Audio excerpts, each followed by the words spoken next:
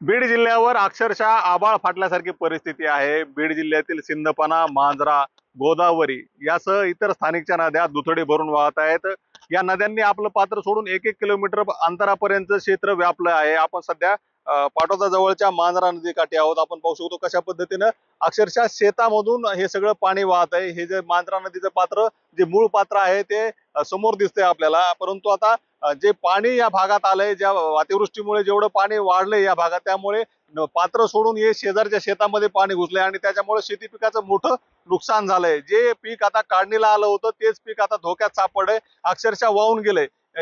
एका पिकाचा प्रश्न हा नाहीये, तर या ज्या नदी पात्राच्या शेजारच्या जमिनी आहेत त्या अक्षरशः खरवडून गेल्यात। या ठिकाणची सगळी माती आता या पाण्याबरोबर गेली आहे आणि दगड गोटे या शेतामध्ये झाले, तर त्यामुळे आता आगामी काळात देखील शेतकऱ्याला या सगळ्या नुकसानीची भरपाई करावी लागणार आहे आणि अशा स्थितीत आता सरकारनं तातडीने मदत जाहीर करावी अशी मागणी केली जाते। आपल्यासोबत या ठिकाणचे काही शेतकरी आहेत, त्यांच्याशी आपण संवाद साधू।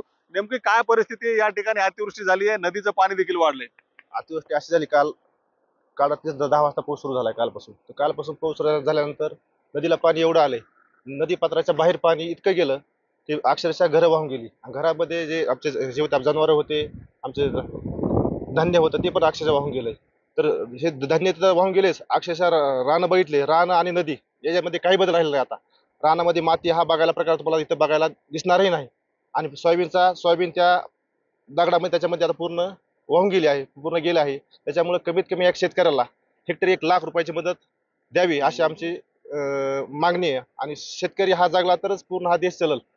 तर याच्यामुळे तुम्हाला शेतकऱ्याला कोणताही निकष न लावता, आता बरेच वेळेस काय होते, तुम्ही मदत आम्हाला देताय पण मदत देता कशी एक निकष लावून मदत देताय, पण याला निकष न लावता डायरेक्ट पंचनामे करा, पंचनामे करून डायरेक्ट आमच्या अकाउंटला पैसे तुम्ही 1 लाख रुपये हेक्टरी प्रमाणे मदत आम्हाला द्यावी असं आमचं म्हणणं आहे। महिला शेतकरी देखील आहेत, काय सांगाल मावशी? शेतीचं कसं नुकसान झालंय, घराला देखील नुकसान झालंय? शेतीचं अख्ख्या 2 दिवस झालं आमच्या रानामध्ये पाणी जातंय, अख्ख्या शेत वाहून गेलंय। पुन्हा घरामध्ये 2 दिवस झाले पाणी जातंय। 12 वाजल्यापासून मी पाठे 5 वाजेपर्यंत पाणी उपसिते, लेकरबाळाला खायला नाही राहिलेलं, धान्य भिजलंय सगळं, जनावर आहेत ते पण आमच्या पाण्यात उभा राहतात। पुन्हा आणखी रोडला नाल्या नाहीत, पाणी घरांनी आमच्या घुसतंय, लोकांच्या नाल्या घाण घुसतात आमच्या घरांनी, कोणतंच आम्हाला नाही राहिलं। शेतीत आम्हाला उत्पन्न नाही आणि घरामध्ये उत्पन्न नाही, अख्खं आमचं नुकसान झालंय। मग आम्ही करायचं काय? नेमकं आमचं एकच मागणं आहे, अन्नाला आम्हाला सहकार्य काहीतरी करावा, त्यांनी दारात समोर आमच्या सुविधा करावा, नाल्या करावा चांगल्या। शेती पिकाचं काय काय नुकसान झालं? शेती पिकाचं सोयाबीन आहे आमचं, अख्खं सोयाबीन गेलं, काहीच राहिलं नाही, सगळंच गेलेलं। नक्कीच आणखी काही शेतकरी आपल्या सोबत आहेत, त्यांच्याकडून आपण जाणून घेऊया काय परिस्थिती। काय सांगाल बाबा, असा पाऊस यापूर्वी तुम्ही पाहिला होता का? कधीच नाही, आमच्या कळण्यात नाही असा पाऊस। माझं 68 वय चालू आहे, मी असं पाणी नदीला कधी बघितलंच नाही आणि नेमकं आमचं असं नुकसान झालंय। नदीच्या कडेला आमच्यात एवढ्या थोड्या जमीन आहेत आम्हाला भारी, त्या माळा मोरडानाच्या वर तिथं सुद्धा सोयाबीन सगळं वायाला गेले आणि इथं तर काय दिसतच नाही पेरलेलं कुठं काय, ते तूर आणि सोयाबीन होतं या नदीच्या कडेने सगळं। किती टक्के नुकसान झालंय? काय नाही, 100% नुकसान झालं, एक सुद्धा ठोंब नाही शेतीमध्ये कुठं काढायला राहिला।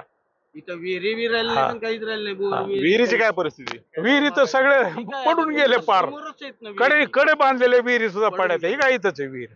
हा एक आहे, आष्टी पाटोदा शिरूरचा आमदार झटणार आहे, आमच्या पदरात काहीतरी पडल अशी आम्हाला अपेक्षा आहे। मागणी सरकारकडे काय मागणी? आता काय ही काय आमचे बंधू बोलले ना आताची 1 लाख रुपये हेक्टरी।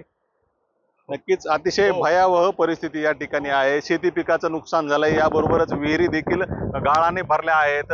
जे विद्युत पंप असतात विहिरीमध्ये त्याचं देखील नुकसान झालंय, ठिबक सिंचन वाहून गेलंय, घरांमध्ये पाणी शिरलंय, घरातलं जे धान्य होतं ते देखील भिजलंय आणि जे आता येणार होतं, ज्या उत्पन्नावर शेतकऱ्याचा आगामी वर्षभराचा खर्च चालणार होता ते देखील वाहून गेले। अशा भीषण परिस्थितीत बीड जिल्ह्यातील शेतकरी आणि आता सरकार मायबापानं हेक्टरी 1 लाख रुपये मदत द्यावी आणि ओला दुष्काळ जाहीर करावा अशी मागणी या शेतकऱ्यांकडून केली जाते। उदय नागरगोजे, पुढारी न्यूज, बीड।